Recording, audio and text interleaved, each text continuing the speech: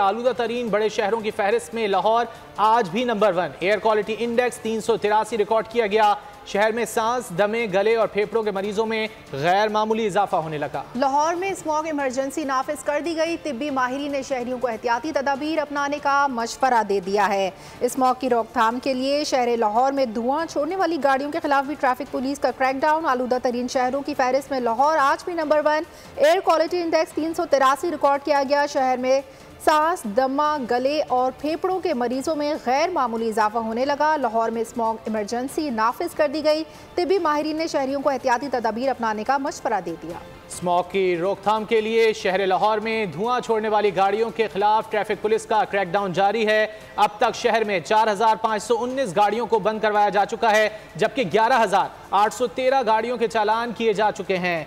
Smog की रोकथाम के लिए शहर लाहौर में इकदाम किए जा रहे हैं। तफसीलात जान लेते हैं बोल न्यूज़ के नुमाइंदे खुर्रम मलिक से। खुर्रम, क्या तफसीलात हैं?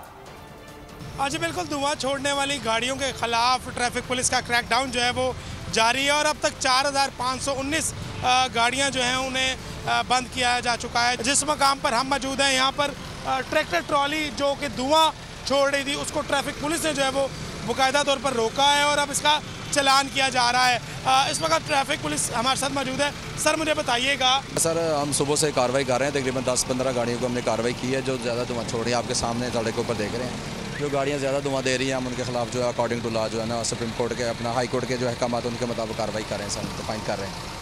बताइएगा, आपका फ़ाइन हो रहा है, क्या कहना चाहेंगे?